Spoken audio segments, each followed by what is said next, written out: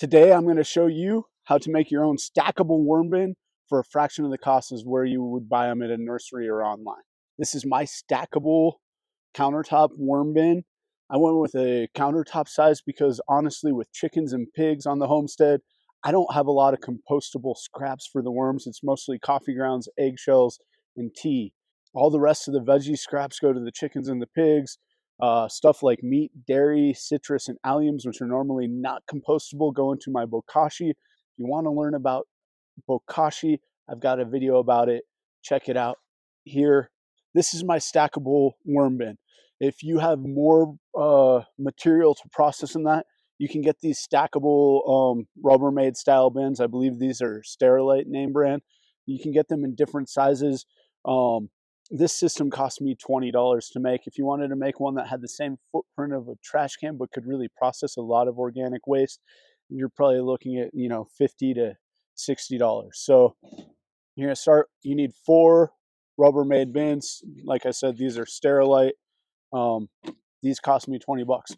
The good thing about these for storage is they're translucent. If you're using them for worm composting, you're gonna want to paint them a dark color. Get the special plastic spray so it sprays on, but worms don't like light. So the first step is to paint your clear bin dark. The bottom doesn't really matter so much. As you see, it's going to be stacked, but then it's a very simple process. You're going to need a utility knife and 2 different drill bits. I have one that I use that I believe was like 7/8 of an inch, and this one, which is really tiny, is 5/64 of an inch. The first step is the bottom. You're going to drill it out with your big bit.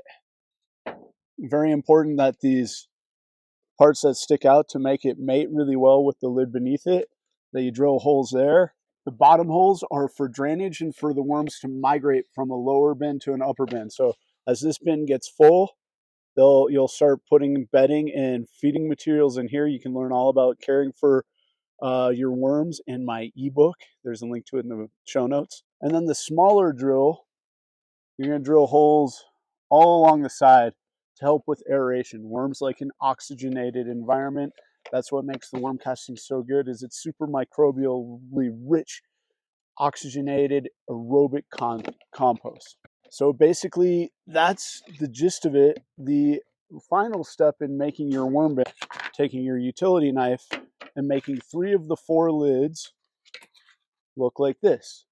And it's best if you take your utility knife and cut right along this lip on the inside. That way you have this lip for the bin to sit on and mate into. So 3 lids will get cut. You're going to leave a 4th lid intact for the uppermost bin. Your bottom bin is to catch the drainage. So if you're going with a countertop style, this is all pretty light. I can pick this up and go dump it out.